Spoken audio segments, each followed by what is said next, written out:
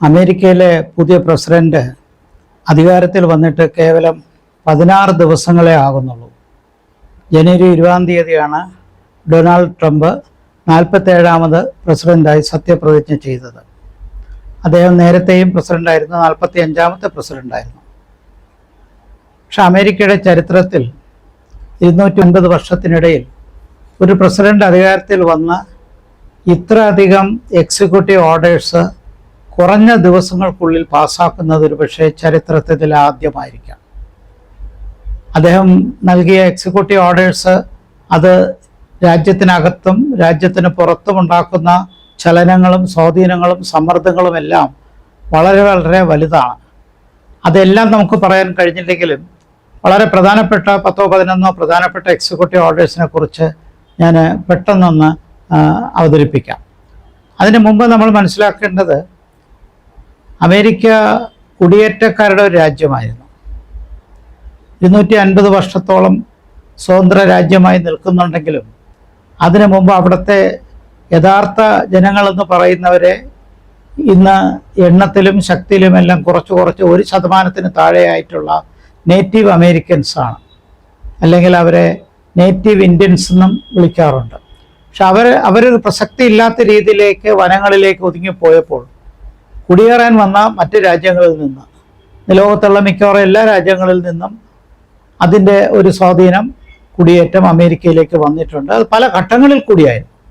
ഏതായാലും അമേരിക്കയുടെ അന്തർദേശീയ ശക്തി സെക്കൻഡ് വേൾഡ് വാറിന് ശേഷം നമ്മൾ വളരെയധികം കണ്ടതാണ്. പിന്നീടുണ്ടായ ശീതസമരവും കോൾഡ് വാറും എല്ലാം അന്താരാഷ്ട്ര രംഗത്ത് അമേരിക്കയുടെ വലിയ സ്വാധീനവും അതുണ്ടാക്കുന്ന പ്രശ്നങ്ങളും എല്ലാം മനസ്സിലാക്കിയതാണ്.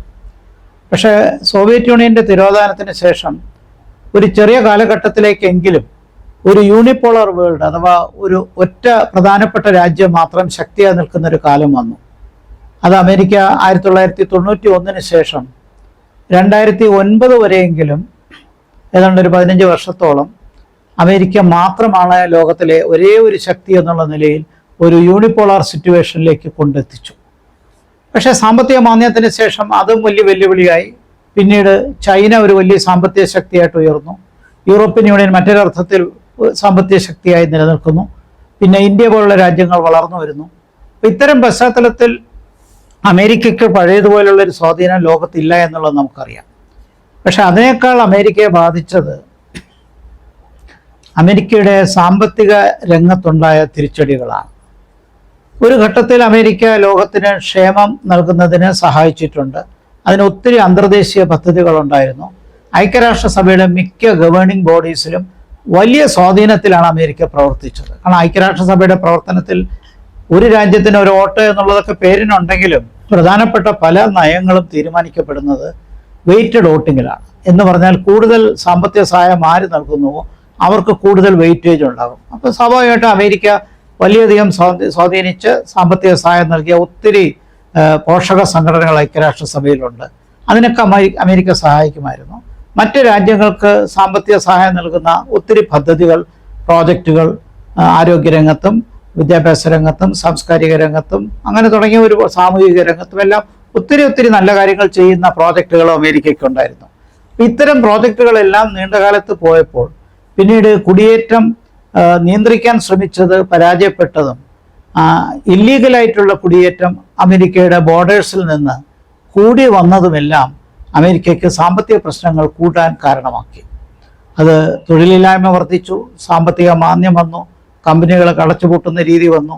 ഗ്ലോബലൈസേഷനിലെ ഏറ്റവും ഗുണം കിട്ടുമെന്ന് കണക്കാക്കിയ അമേരിക്ക തന്നെ ഗ്ലോബലൈസേഷനെ എതിർക്കുന്ന ഒരു വ്യക്താവായി മാറി എന്നുള്ളതും സത്യമാണ്. ഇതിനെ ഡീഗ്ലോബലൈസേഷൻ പ്രോസസ്സ് എന്ന് നമുക്ക് പറയാം. ആ നിലയ്ക്കൊക്കെ അമേരിക്ക മാറിയപ്പോൾ അമേരിക്ക തന്നിലേക്ക് ഒതുങ്ങുന്ന, ആ രാജ്യത്തിലേക്ക് ഒതുങ്ങുന്ന, സ്വന്തം കാര്യം മാത്രം നോക്കുന്ന രീതിയിലേക്ക് ചുരുങ്ങുന്ന ഒരു രാഷ്ട്രീയ രംഗത്തേക്ക് പോയി. അതിൻ്റെ ചുക്കാൻ പിടിച്ചാണ് ഡൊണാൾഡ് ട്രംപ് നേരത്തെയും അധികാരത്തിൽ വന്നത്. ഇത്തവണ വന്നത് അതിനേക്കാൾ ശക്തമായിട്ടാണ്. ഇത്തവണ വന്നു എന്ന് പറയാൻ കാരണം അത്രത്തോളം അമേരിക്കയിലെ സാമ്പത്തിക പ്രശ്നങ്ങൾ വർദ്ധിച്ചു. ആ വർധനവ്, തൊഴിലില്ലായ്മ, അതോടൊപ്പം കുറ്റവാസന വർദ്ധിച്ചതും മയക്കുമരുന്നുകളുടെ വളർച്ചയും മറ്റു തൊഴിലില്ലായ്മയും ഒത്തിരി പ്രശ്നങ്ങൾ കൂടി വന്നതോടുകൂടി അവിടുത്തെ പൊതുവിലുള്ള രാഷ്ട്രീയത്തിൽ അവിടെയുള്ള ആൾക്കാരും പൊതുസമൂഹത്തിലുമെല്ലാം ഇല്ലീഗൽ ഇമിഗ്രേഷനെ നിർത്തണം, അങ്ങനെ മൈഗ്രേഷനെ നിയന്ത്രിച്ചില്ലെങ്കിൽ അമേരിക്കയ്ക്ക് ഇനിയും കൂടുതൽ പ്രശ്നം ഉണ്ടാകും. പ്രത്യേകിച്ച് ജോസഫ് ബൈഡന്റെ കാലഘട്ടത്തിൽ ഡെമോക്രാറ്റിക് പാർട്ടി പൊതുവെ ക്ഷേമ പദ്ധതികൾക്ക് ഒരുപാട് പ്രാധാന്യം നൽകുന്ന ഒരു പാർട്ടിയാണ്. പക്ഷെ അങ്ങനെ ക്ഷേമം നൽകുന്ന ഒരു പാർട്ടി എന്നുള്ള നിലയിൽ ജോ ബൈഡന്റെ നയങ്ങളെല്ലാം ഇല്ലീഗലായിട്ടുള്ള മൈഗ്രേഷനെയും സഹായിച്ചു എന്നുള്ളൊരു ആക്ഷേപമുണ്ട്. അങ്ങനെ 11 ദശലക്ഷം ഇല്ലീഗൽ ഇമിഗ്രൻസ് അമേരിക്കയിലുണ്ടെന്നാണ് പറയുന്നത്. അപ്പോൾ അവരെ ഡീപ്പോർട്ട് ചെയ്യുമെന്നുള്ള മാൻഡേറ്റ് കൂടി ട്രംപിനുണ്ടായിരുന്നു. അദ്ദേഹം തിരഞ്ഞെടുപ്പ് സമയത്ത് പറഞ്ഞ കാര്യങ്ങളെല്ലാം വളരെ നാരോ മൈൻഡഡ് ആയിട്ടും ഇടുങ്ങിയതുമായ കാര്യങ്ങളാണെങ്കിലും അമേരിക്കയിലെ ജനങ്ങൾക്ക് അത് നന്നേ ബോധിച്ചു എന്നുള്ളതിന് തെളിവാണ് അദ്ദേഹത്തിന് കിട്ടിയ വൻ വിജയം. കാരണം ഇലക്ട്രൽ വോട്ടുകൾ മാത്രമല്ല ജനകീയ വോട്ടുകളിലും വലിയ നിലയിൽ അദ്ദേഹത്തിന് മുന്നേറാൻ കഴിഞ്ഞത് ഇതിൻ്റെ ഒരു പ്രത്യേകത കൊണ്ടാണ്. അപ്പോൾ അമേരിക്കയുടെ ഇപ്പോഴത്തെ ഒരു രാഷ്ട്രീയ സംസ്കാരം വളരെ എക്സ്ക്ലൂസീവായിട്ട് അവനവൻ്റെ കാര്യം മാത്രം നോക്കുക, ലോകത്ത് നടക്കുന്ന കാര്യങ്ങൾക്ക് നമുക്ക് വലിയ പ്രാധാന്യമൊന്നുമില്ല, അതെങ്ങനെയോ പോട്ടെ, പക്ഷെ സ്വന്തം എക്കോണമി ശക്തിപ്പെടുത്തണം. അത് അന്തർദേശീയ തലത്തിലായാലും ദേശീയ തലത്തിലായാലും. അതോടൊപ്പം ട്രേഡ്, ടാരിഫ്സ്, മറ്റ് രാജ്യങ്ങൾ നമ്മളെ എങ്ങനെ ടാരിഫ് വഴി കൂടുതൽ തീരുവ വഴി അവരുടെ സാധനങ്ങൾ ഇറക്കുമതി ചെയ്യുന്നു, അതിനെങ്ങനെ നിയന്ത്രിക്കാം, പ്രത്യേകിച്ച് ചൈനയും ഇന്ത്യയും, ഇങ്ങനെ തുടങ്ങിയ ഒരു അർത്ഥത്തിൽ ട്രേഡ് വാർ, ഒരു വ്യാപാര യുദ്ധം ഒരു വശത്ത്, മാനസികമായിട്ട് അമേരിക്ക വളരെ ഒരു നോൺ ലിബറൽ രാഷ്ട്രീയത്തിലേക്ക് പോകുന്നു. അങ്ങനെ ഒരു ഇടുങ്ങിയ സാഹചര്യത്തിലേക്ക് പോവുകയും അതിന് അതേ ആശയങ്ങൾ ഉയർത്തിപ്പിടിച്ച് മുന്നോട്ട് വന്ന ഡൊണാൾഡ് ട്രംപും അദ്ദേഹത്തിൻ്റെ ഏറ്റവും പ്രധാനപ്പെട്ട ഉപദേശിയായ എലോൺ മസ്കും എല്ലാം അധികാരത്തിൽ വന്നത് ഇന്നത്തെ ലോകത്തിൽ ഗുണമാണോ എന്ന് ചോദിച്ചാൽ തീർച്ചയായിട്ടുമല്ല. പലതരത്തിൽ അത് പ്രശ്നമുണ്ടാക്കിയിട്ടുണ്ട്. അതുകൊണ്ട് ഞാനിവിടെ ഐഡൻറ്റിഫൈ ചെയ്യാൻ പോകുന്ന ചില എക്സിക്യൂട്ടീവ് ഓർഡേഴ്സ് അതെങ്ങനെ ലോകത്തെ ബാധിക്കുന്നത് വളരെ ഹ്രസ്വമായിട്ട് മാത്രമേ പറയാൻ കഴിയുള്ളൂ. ഇപ്പോൾ ഡീപ്പോർട്ടേഷൻ ആണല്ലോ ഇപ്പോൾ നമ്മുടെ മുമ്പിൽ വന്നിരിക്കുന്ന വലിയൊരു ഇഷ്യൂ. ഈ ഡീപ്പോർട്ടേഷൻ്റെ കാര്യത്തിൽ നമുക്ക് നമ്മുടെ രാജ്യത്തിൻ്റെ കാര്യം തന്നെ നമുക്ക് മറ്റൊരു അവസരത്തിൽ പറയാം. പക്ഷെ എന്തായാലും 7,25,000 ഇന്ത്യക്കാർ തന്നെ നിയമവിരുദ്ധമായി അമേരിക്കയിൽ കുടിയേറി എന്നാണ് പറയുന്നത്. അപ്പോൾ 11 ദശലക്ഷം കുടിയേറ്റക്കാരിൽ അമേരിക്കയുടെ ജനസംഖ്യ എന്ന് പറയുന്നത് 35 കോടി കഷ്ടിച്ചുണ്ട് എന്ന് പറഞ്ഞാൽ ഇന്ത്യയുടെ 4/1 ഉള്ളൂ. എന്നാൽ ഇന്ത്യയുടെ 4 ഇരട്ടി വലിപ്പമുള്ള രാജ്യമാണ്. അപ്പോൾ ഈ 35 കോടി ജനങ്ങളിൽ 11 ദശലക്ഷം ആൾക്കാർ ഇല്ലീഗലായിട്ട് വന്നവരാണ്. അതിൽ 7,25,000 പേർ ഇന്ത്യയിൽ നിന്ന് തന്നെ കുടിയേറിയവരാണെന്ന് പറയുന്നു. അപ്പോൾ ഈ കുടിയേറിയ എല്ലാവരെയും അദ്ദേഹം ഡീപ്പോർട്ട് ചെയ്യുമെന്നും അദ്ദേഹം ആദ്യം ഒപ്പിട്ടത് ഡീപ്പോർട്ടേഷൻ്റെ എക്സിക്യൂട്ടീവ് ഓർഡറാണ്. അതനുസരിച്ച് ഓരോ രാജ്യത്തിൽ നിന്ന് ആൾക്കാരെ പുറത്തേക്ക് കൊണ്ടുവരുന്ന ഒരു പ്രക്രിയ ആരംഭിച്ചിരിക്കുകയാണ്.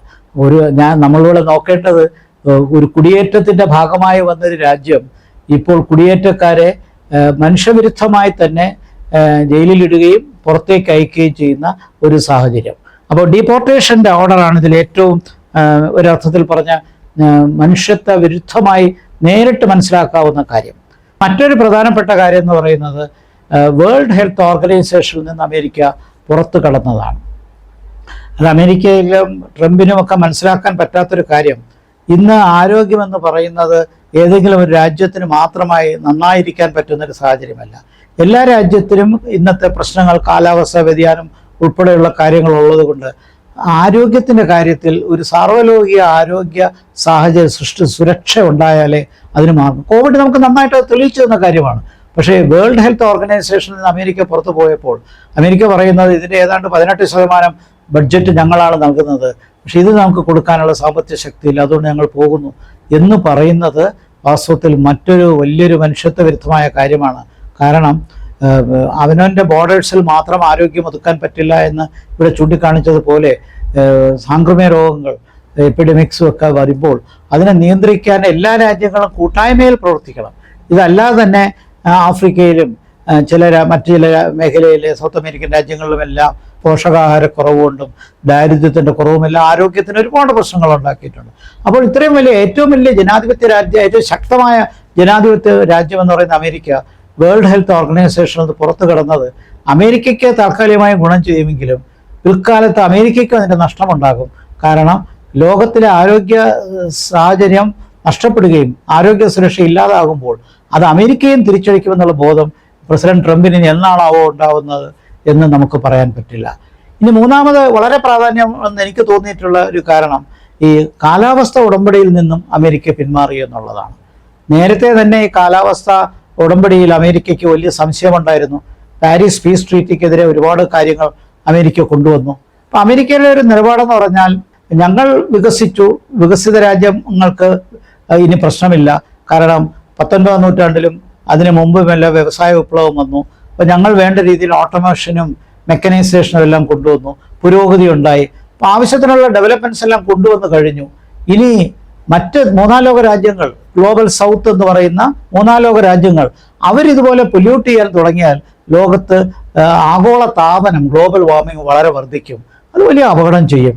അതുകൊണ്ട് പാരീസ് പീസ് ട്രീറ്റിൽ ഞങ്ങൾക്ക് തുടരാൻ താല്പര്യമില്ല. കാരണം ഡെവലപ്പിംഗ് കൺട്രീസ് ആവശ്യപ്പെടുന്നത് ഈ കാലാവസ്ഥാ വ്യതിയാനം നിയന്ത്രിക്കാൻ ഡെവലപ്പിംഗ് കൺട്രീസിന് കൂടുതൽ സമയം വേണമെന്നാണ്. അത് ഞങ്ങൾക്ക് തരാൻ കഴിയില്ല. ഇന്ത്യ പോലുള്ള രാജ്യങ്ങൾ 2070 മാത്രമേ ഇതിനൊരു ശാശ്വത പരിഹാരം ഉണ്ടാവുകയുള്ളൂ.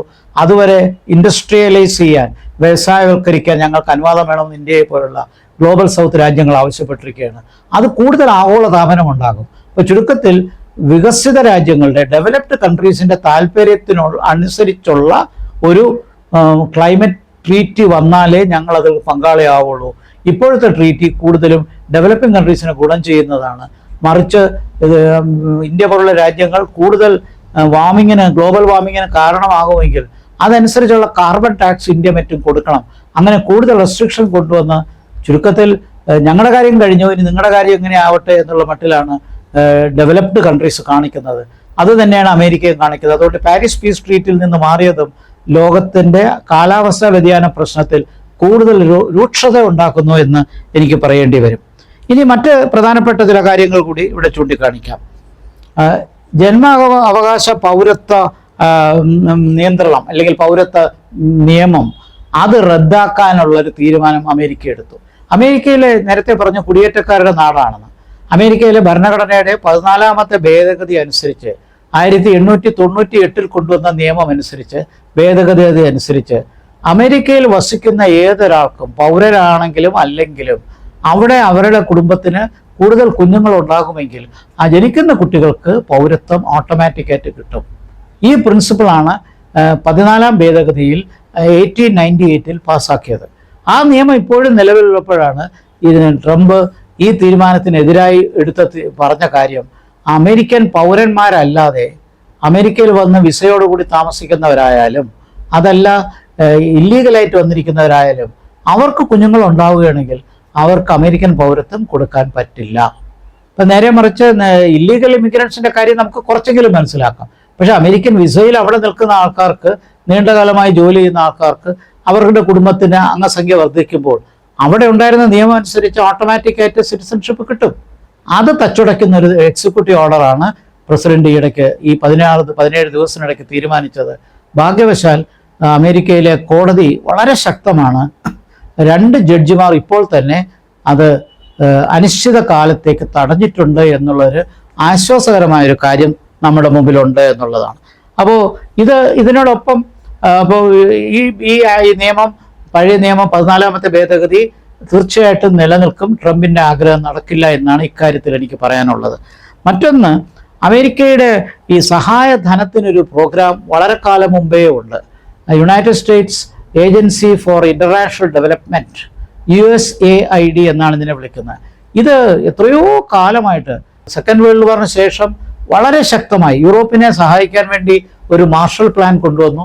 എന്നാൽ എല്ലാ ലോകരാജ്യങ്ങൾക്കും സഹായം നൽകാൻ, പ്രത്യേകിച്ച് വിദ്യാഭ്യാസ കാര്യത്തിൽ, സാംസ്കാരിക രംഗത്ത്, ആരോഗ്യരംഗത്ത്, ജനാധിപത്യം വളർത്താനായി, ഭരണത്തിൻ്റെ കാര്യത്തിൽ ഗവേണൻസിന് ട്രെയിനിങ് കൊടുക്കാനായി, പബ്ലിക് അഡ്മിനിസ്ട്രേഷനിൽ, പൊതുഭരണത്തിൽ, ഇങ്ങനെ എല്ലാ കാര്യങ്ങൾക്കും ലോകത്തുള്ള ആൾക്കാർക്ക് സഹായം നൽകാനും പരിശീലനം നൽകാനുമുള്ള ഒരു ഏജൻസിയാണ് US agency four international development. അത് അമേരിക്കയിൽ ചെന്ന് പഠിക്കാം. അമേരിക്കക്കാർ ഇങ്ങോട്ട് സഹായധനം മറ്റ് രാജ്യങ്ങൾക്ക് നൽകും. അങ്ങനെ ആഫ്രിക്കൻ രാജ്യങ്ങൾക്കും ഏഷ്യൻ രാജ്യങ്ങൾക്കും ഇതിന് ഗുണം കിട്ടിയിട്ടുണ്ട്. പക്ഷേ ഇത് വളരെ തെറ്റാണെന്നും ഈ നയം കാരണം അമേരിക്കയ്ക്ക് സാമ്പത്തികമായി വലിയ കുഴപ്പമുണ്ടാകുമെന്നും അവിടുത്തെ എലോൺ മസ്ക് എന്ന ധനാഢ്യൻ, അമേരിക്കയുടെ പ്രസിഡന്റിൻ്റെ പ്രത്യേക ഒരു സെക്രട്ടറിയാണ്. അദ്ദേഹത്തിൻ്റെ ഡിപ്പാർട്ട്മെൻറ്റ് തന്നെ വളരെ പുതിയൊരു ഡിപ്പാർട്ട്മെൻറ്റാണ്. ഡിപ്പാർട്ട്മെൻറ്റ് ഓഫ് ഗവൺമെൻറ്റൽ എഫിഷ്യൻസി എന്നാണ് വിളിക്കുന്നത്. അതിൻ്റെ തലവനായി വന്ന മൾട്ടിനാഷണൽ കോർപ്പറേറ്റായ എലോൺ മസ്ക് തീരുമാനിച്ചു, ഇല്ലെങ്കിൽ അത് പ്രസിഡന്റ് അത് അംഗീകരിച്ചു, USAIDയുടെ എല്ലാ സഹായവും നിർത്തിവെക്കുന്നു. ഇത് വലിയ അപകടം പിടിച്ചൊരു നിയമമാണ്. അത് നിർത്തുന്നത് ലോകത്തിന് തന്നെ വലിയ നഷ്ടമാണ്. അമേരിക്കയ്ക്ക് സാമ്പത്തിക ഗുണം കിട്ടുമെങ്കിലും വിദ്യാഭ്യാസ രംഗത്തും സാംസ്കാരിക രംഗത്തും അതോടൊപ്പം ഭൗതിക രംഗത്തും പരിശീലന രംഗത്തും ഭരണരംഗത്തും എല്ലാം മറ്റു രാജ്യങ്ങൾക്ക് മാതൃക ആവേണ്ട ഒരു രാജ്യം അത്തരം സഹായങ്ങൾ നിർത്തിവെക്കുന്ന ഒരു ഡെവലപ്മെൻ്റാണ് ഈ തീരുമാനത്തിൽ കൂടി വന്നത്. ഇനി മറ്റൊരു പ്രധാനപ്പെട്ട കാര്യം, ഇന്റർനാഷണൽ ക്രിമിനൽ കോർട്ട്, അത് ഐക്യരാഷ്ട്രസഭയുടെ തന്നെ ഹ്യൂമൻ റൈറ്റ്സുമായി ബന്ധപ്പെട്ട ഒരു പ്രധാനപ്പെട്ട കോർട്ടാണ്, ഒരു പ്രധാനപ്പെട്ട ജുഡീഷ്യൽ ബോഡിയാണ്. ആ ഇന്റർനാഷണൽ ക്രിമിനൽ കോർട്ടിൽ നിന്ന് അമേരിക്ക പുറത്തു വരികയാണ്. കാരണം അമേരിക്ക പറയുന്നത് ഇത് നിയമവിരുദ്ധമായ ഒരു സ്ഥാപനമാണ് ഇന്റർനാഷണൽ ക്രിമിനൽ കോർട്ട്. അമേരിക്കയുടെ പ്രധാനപ്പെട്ട പ്രശ്നം എന്ന് പറഞ്ഞാൽ മനുഷ്യാവകാശ ധ്വംസനങ്ങൾ നടക്കുമ്പോൾ, പ്രത്യേകിച്ച് ഗാസയിലും പാലസ്തീനിലൊക്കെ നടക്കുമ്പോൾ അവിടെ നെതന്യാഹുവിനെ മറ്റും വിചാരണ ചെയ്യാനും മറ്റുമൊക്കെ തീർച്ചയായിട്ടും ഇന്റർനാഷണൽ ക്രിമിനൽ കോർട്ടിന് കഴിയും. അത് തച്ചുടയ്ക്കണമെങ്കിൽ ഇതിനോട് നിന്ന് അമേരിക്ക പുറത്തു വരണം. അതുകൊണ്ട് തന്നെ ഇന്റർനാഷണൽ ക്രിമിനൽ കോർട്ട് ഒരു ഇല്ലെജിറ്റിമേറ്റ് ബോഡിയാണ് എന്നുള്ളൊരു തീരുമാനം അമേരിക്ക എടുക്കുകയും അതും മറ്റൊരു പ്രധാനപ്പെട്ട ഒരു ഡെവലപ്മെൻ്റ് ആയിട്ട് അദ്ദേഹം പ്രസിഡന്റ് ആയതിനു ശേഷം വന്ന ഒരു തീരുമാനമായിട്ട് വന്നു. എന്ന് പറഞ്ഞാൽ അമേരിക്ക പോലീസുകാരൻ്റെ ഒരു ജോലി, ലോക പോലീസ് മേധാവിയുടെ ജോലി ഇനിയും തുടരും. അദ്ദേഹത്തോടൊപ്പം സഖ്യകക്ഷികളായി നിൽക്കുന്ന ഇസ്രായേൽ പോലുള്ള രാജ്യങ്ങൾ കാണിക്കുന്ന തെറ്റായ കാര്യങ്ങൾക്കും ഇന്റർനാഷണൽ ക്രിമിനൽ കോർട്ട് അന്വേഷിക്കേണ്ട എന്ന് പറഞ്ഞാൽ അത് അമേരിക്കയുടെ പവറും മസിലും മറ്റു ലോകരാജ്യങ്ങൾക്ക് കാണിക്കാൻ ഒരു അവസരമാണ്. അതിനൊരു ജുഡീഷ്യൽ ഇന്റർപ്രിറ്റേഷൻ നൽകണ്ട എന്നാണ് അതിൽ നിന്ന് മനസ്സിലാക്കേണ്ടത്. അതും ഒരർത്ഥത്തിൽ നിയമവിരുദ്ധമാണ്. പക്ഷെ അമേരിക്ക അതിൽ നിന്ന് പുറത്തു പോയാൽ തടയാൻ ആർക്കും കഴിയില്ല എന്നുള്ളൊരു വസ്തുതയുമുണ്ട്. ഇനി മറ്റു ചില കാര്യങ്ങളിലേക്ക് വരാം. ഡ്രഗ് കാർട്ടൽസ് എന്ന് പറഞ്ഞാൽ ഈ മയക്കുമരുന്നുകളുടെ വലിയ ഗ്രൂപ്പുകളും സിൻഡിക്കേറ്റുകളും എല്ലാം അമേരിക്കയിൽ പ്രവർത്തിക്കുന്നുണ്ട്. അത് തീർച്ചയായിട്ടും അമേരിക്കയിൽ നിന്ന് മാത്രമല്ല, നമ്മുടെ അയൽപക്കത്തുള്ള അഫ്ഗാനിസ്ഥാനിലും പാകിസ്ഥാനിലുമെല്ലാം ഈ മയക്കുമരുന്നുകളുടെ വ്യാപാര ശൃംഖല ശക്തമാണ്. അവർ അമേരിക്കയിൽ സ്വാധീനം ചെലുത്തുകയും അതിൻ്റെ ഫലമായിട്ട് തീവ്രവാദം വളരുകയും ഒരു സമാന്തര സമ്പദ്ഘടന സൃഷ്ടിക്കുകയും ചെയ്തു. അപ്പോൾ അത് നിരോധിച്ചത് എന്തായാലും നല്ല കാര്യമാണ്. ഡ്രഗ് കാർട്ടലുകൾക്ക് ഒരവസരവും അനുവാദവും ഇനി കൊടുക്കുകയില്ല എന്ന് മാത്രമല്ല, അത്തരം സംഘടനകളെ അവർ പ്രവർത്തിക്കുന്നവരെ എല്ലാം തീവ്രവാദ സംഘടനകളായി പ്രഖ്യാപിക്കുകയും ചെയ്തു. അത് ട്രംപ് എന്തായാലും ചെയ്ത ഒരു നല്ല കാര്യമായിട്ട് തന്നെ നമുക്ക് കാണാം. മറ്റു ചില കാര്യങ്ങൾ കൂടി, പ്രധാനപ്പെട്ട രണ്ട് കാര്യങ്ങൾ ഇവിടെ പറയാനുണ്ട്. അതിനു മുമ്പ് ഒരു താല്പര്യമുള്ള മറ്റൊരു കാര്യം, അമേരിക്കയുടെ ബോർഡേഴ്സ്. നമുക്കറിയാം അമേരിക്കയുടെ ബോർഡേഴ്സ് എന്ന് പറയുന്നത് തീർച്ചയായിട്ടും മെക്സിക്കോ ഉണ്ട്, അരിസോണയുണ്ട്, ടെക്സാസ് ഉണ്ട്, ഫ്ലോറിഡയുണ്ട്. അപ്പോൾ അമേരിക്ക വലിയൊരു കോണ്ടിനെൻ്റാണ്. ഈ വലിയ കോണ്ടിനെൻ്റ് എന്നുള്ളതിൽ നോർത്ത് അമേരിക്കയ്ക്ക് വലിയൊരു സ്വാധീനം ഉണ്ട്. പക്ഷേ അവിടെ ഈ കാനഡയുടെ ബോർഡേഴ്സ് ഉൾപ്പെടെ ഒരു 5000 മൈൽ ബോർഡേഴ്സ് ഉൾപ്പെടെയുള്ള കാനഡ ഉൾപ്പെടെ ഈ ബോർഡേഴ്സിൽ നിന്നെല്ലാം ഇല്ലീഗലായിട്ട് ഇമിഗ്രൻസ് കയറുന്നുണ്ട്. അതൊരു വസ്തുതയാണ്. അത് മാത്രമല്ല, അവരെല്ലാം തീവ്രവാദ ഗ്രൂപ്പുകളും പ്രവർത്തിക്കുന്ന സംഘടനകളുണ്ട്. അപ്പോൾ മെക്സിക്കോ എന്ന രാജ്യത്തും അമേരിക്കയിലെ അരിസോണ, ടെക്സാസ്, ഫ്ലോറിഡ, കാലിഫോർണിയ എന്നീ സംസ്ഥാനങ്ങളിലെല്ലാം വലിയ രീതിയിൽ കുടിയേറ്റം, നിയമവിരുദ്ധ കുടിയേറ്റം നടക്കുന്നുണ്ട്. അപ്പോൾ ഈവൻ കമ്മ്യൂണിസ്റ്റ് ക്യൂബയിൽ നിന്ന് പോലും ഫ്ലോറിഡയുടെ കടലിൽ കൂടി, ഫ്ലോറിഡയുടെ കരമാർഗത്തിൽ കൂടി അമേരിക്കയിലേക്ക് കടന്നു കയറുന്ന നിയമവിരുദ്ധ തീവ്രവാദ സംഘടനകളെയും അല്ലെങ്കിൽ നിയമവിരുദ്ധമായ കുടിയേറ്റത്തെയും തടയണം. ഇതിനാദ്യം ട്രംപ് ചെയ്തത് അമേരിക്കയുടെ തെക്ക് വശത്ത് ഒരു എമർജൻസി, ഒരു നാഷണൽ എമർജൻസി ഡിക്ലെയർ ചെയ്തു. നേരത്തെ തന്നെ അദ്ദേഹം ഒരു മതിൽ കെട്ടിയത് നമുക്ക് 2016-20 കാലഘട്ടത്തിൽ ഓർക്കുന്നുണ്ടല്ലോ. ആ മതിൽ പൂർണ്ണമായി തീർന്നില്ല, പക്ഷെ ആ മതിൽ ഇനിയും കെട്ടും. മെക്സിക്കോമായിട്ടുള്ള അമേരിക്കയെ വരെയുള്ള വലിയ നീളത്തിലുള്ള മതിലുകളും 1000-കണക്കിന് മൈലുകൾ കവർ ചെയ്യാനുണ്ട്.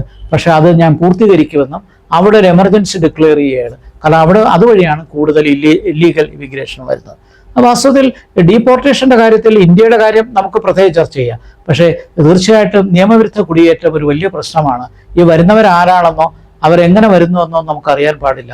അപ്പോൾ അതുകൊണ്ട് തന്നെ അമേരിക്ക അവിടെ ഒരു നാഷണൽ എമർജൻസി ആ മെക്സിക്കൻ ബോർഡറിൽ പ്രഖ്യാപിക്കുകയുണ്ടായി. ഇതല്ലാതെ തന്നെ അദ്ദേഹം രാഷ്ട്രപതിയായിട്ട് തിരഞ്ഞെടുത്ത അന്ന് തന്നെ എടുത്ത തീരുമാനം, അദ്ദേഹം ചാർജ് എടുത്ത ഉടനെ തന്നെ പറഞ്ഞ തീരുമാനം നമുക്ക് ഓർക്കുന്നുണ്ട്. ഗൾഫ് ഓഫ് മെക്സിക്കോ എന്നുള്ളത് ഇനി അറിയപ്പെടാൻ പോകുന്നത് ഗൾഫ് ഓഫ് അമേരിക്ക എന്നാണ്. അപ്പോൾ ആ നിലയ്ക്ക് ഗൂഗിളെല്ലാം മാറ്റി എന്നാണ് പറയുന്നത്. ഗൾഫ് ഓഫ് മെക്സിക്കോയുടെ മാപ്പിൽ ആ മെക്സിക്കോയുടെ സ്ഥാനം അമേരിക്കയ്ക്ക് വന്ന് ഗൾഫ് ഓഫ് അമേരിക്ക എന്നാകും. അതേപോലെ പനാമ കനാൽ ഒരു ഇടുങ്ങിയ കനാലാണ്, പക്ഷെ അമേരിക്കയുടെ ഏറ്റവും കൂടുതൽ വ്യാപാരങ്ങൾ നടക്കുന്നത് അതുവഴി പോകുന്ന കപ്പലുകളിലാണ്. കൂടുതലും അമേരിക്കയുടെ ഒരു 70% കപ്പലുകളും പോകുന്നത് പനാമ കനാൽ വഴിയാണ്. പക്ഷേ പനാമ കനാൽ 100 കണക്കിന് വർഷങ്ങൾക്ക് മുമ്പ് അമേരിക്ക നിർമ്മിച്ചു കൊടുത്തതാണ്. പക്ഷേ പനാമ അത് മറ്റ് രാജ്യങ്ങൾക്ക് ദുരുപയോഗപ്പെടുത്തുന്നുള്ള ട്രംപിൻ്റെ ആക്ഷേപത്തിൽ തീർച്ചയായിട്ടും പനാമ കനാൽ ഞങ്ങൾ ഏറ്റെടുക്കുമെന്ന് അമേരിക്ക പറഞ്ഞത് ഒരു വെല്ലുവിളിയാണ്. അത് മറ്റു രാജ്യങ്ങൾ അത് എങ്ങനെ എടുക്കുമെന്നുള്ളതും കാണേണ്ടതുണ്ട്. ഇനി പ്രധാനമായിട്ട് 2 കാര്യങ്ങൾ കൂടി പറയാനുള്ളൂ. അത് ഒന്ന്, ഹമാസ് ഞങ്ങൾ ഏറ്റെടുക്കും എന്ന് അമേരിക്ക പ്രഖ്യാപിച്ചിരിക്കുകയാണ്. ഹമാസ് എന്നുള്ള റീജിയൻ ഞങ്ങൾ ഏറ്റെടുക്കും. അത് ഏറ്റെടുത്ത് കഴിയുമ്പോൾ ഇസ്രയേലിന് സമാധാനപരമായിട്ട് കഴിയാം എന്നാണ് ആഗ്രഹിക്കുന്നത്.